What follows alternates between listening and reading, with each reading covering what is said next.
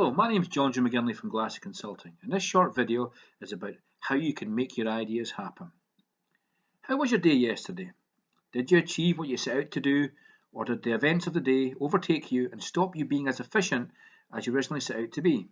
Success in life and business is about solving problems and sticking to a plan. Yes, many of us have ideas for success, but how many of us have fallen by the wayside as day-to-day events impact upon us and drive us off course? If you've got an idea and see how it can be implemented, you need to write down your plan and stay the course before someone else makes your idea. Wouldn't it be great to have a crystal ball, some way to see into the future and learn if you've just made a genius decision or a big mistake? We could all use that.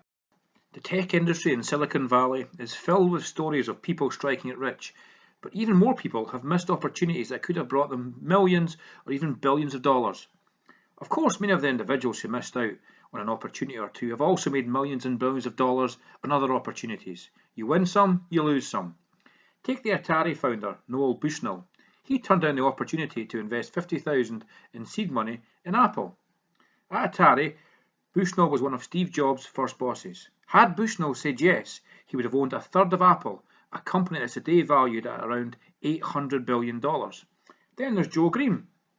He took his dad's advice and said no to Facebook's Mark Zuckerberg, who was his college roommate. Joe Green turned down an offer to help Zuckerberg start Facebook. When the two were at Harvard, they created a website called FaceMash, which got the pair in trouble with the university. When Zuckerberg asked Green to help him start up Facebook, Green's dad intervened and discouraged his son from doing another project with Zuckerberg. Had Green joined Facebook in those early days, he would have gotten about a stake of 5%, which today would be worth around $40 billion. Now, these opportunities don't come along every day, or if ever, but success does come to those who take the time to see what others don't and go for it. Perfect examples are Airbnb and Uber. If we're looking for accommodation on a city break, we may ignore the hotels that we've used in the past to use Airbnb. If we now take a taxi, we're probably going to use Uber. When we watch our favourite television programme, we don't have to wait a week to see the result of the latest cliffhanger. We can binge watch using Netflix. What each of these organisations have in common is they had visionaries who stepped back, looked at how the world is evolving and the technology available, and had an idea to change the way that we all live. I'd ask you, when did you last step back to see what you could do differently to be more successful? What I'd like to show you now are 6 things we can all do to make success happen, to take that step back and see what others don't. Information overload and stress are impacting on us all. The phone rings, your inbox fills, colleagues seek advice and clients want your time. The clock whirls and the day flies into the weekend, and we prepare for the week ahead to do what we've always done. If this is to change, we need to break the cycle of normality and create time in our day to look at how our world is evolving and dream about how we can adapt to this and exploit the opportunities that change will bring.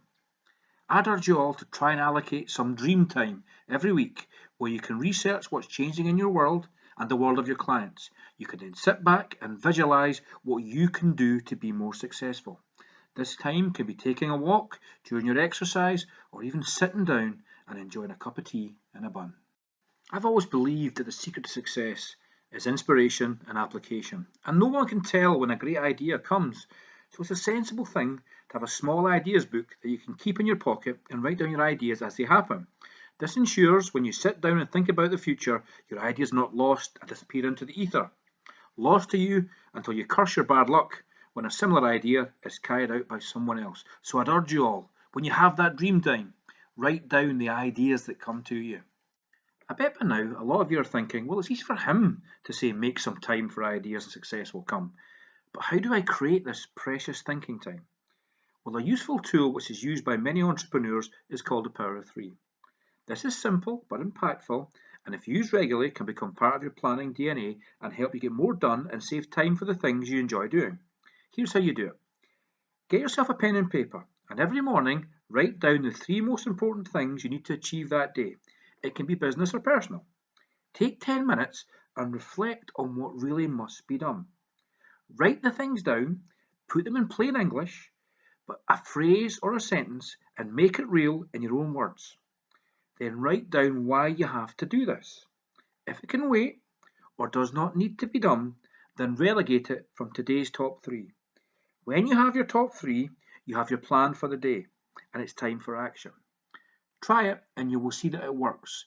You will even find that if you're focused on achieving the top 3 things that really matter each day, you'll get more done because you know why they're important to you. You can manage your stress and focus on what really matters and get that precious thinking time. Don't attend meetings that have no purpose. According to research, businesses waste up to 20% of their payroll costs on bad meetings.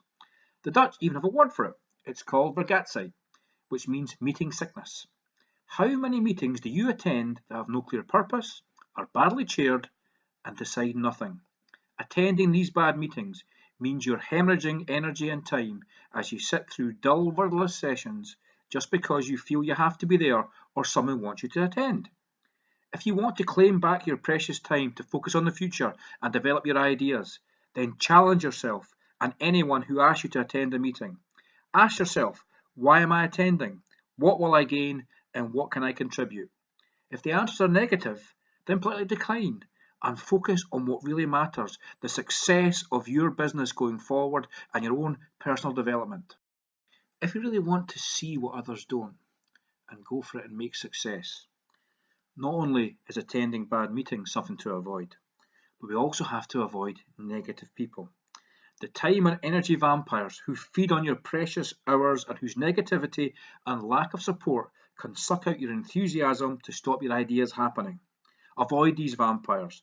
Seek out those people with passion, drive and desire to succeed. Create a network of like-minded people who believe in you, who believe in your ideas, and you will soon see progress. If you do have to go to a meeting, make sure it's at least with people who can get things done and who share your ideals and your passion. Work with positive people because those that succeed, those that change the way we do things, are those who lift up their eyes from the day-to-day activity and learn why we can do things differently. I'd urge you all to heed the words of Steve Jobs, the founder of Apple. Your work is going to fill a large part of your life, and the only way to be truly satisfied is to do what you believe is great work. And the only way to do great work is to love what you do. If you haven't found it yet, keep looking. Don't settle. As with all matters of the heart, you'll know when you find it. Make sure you're constantly learning. Try it. See what others don't. Identify what you want to do about it, and then create a plan to make it happen. And success will happen for you. I hope these ideas help.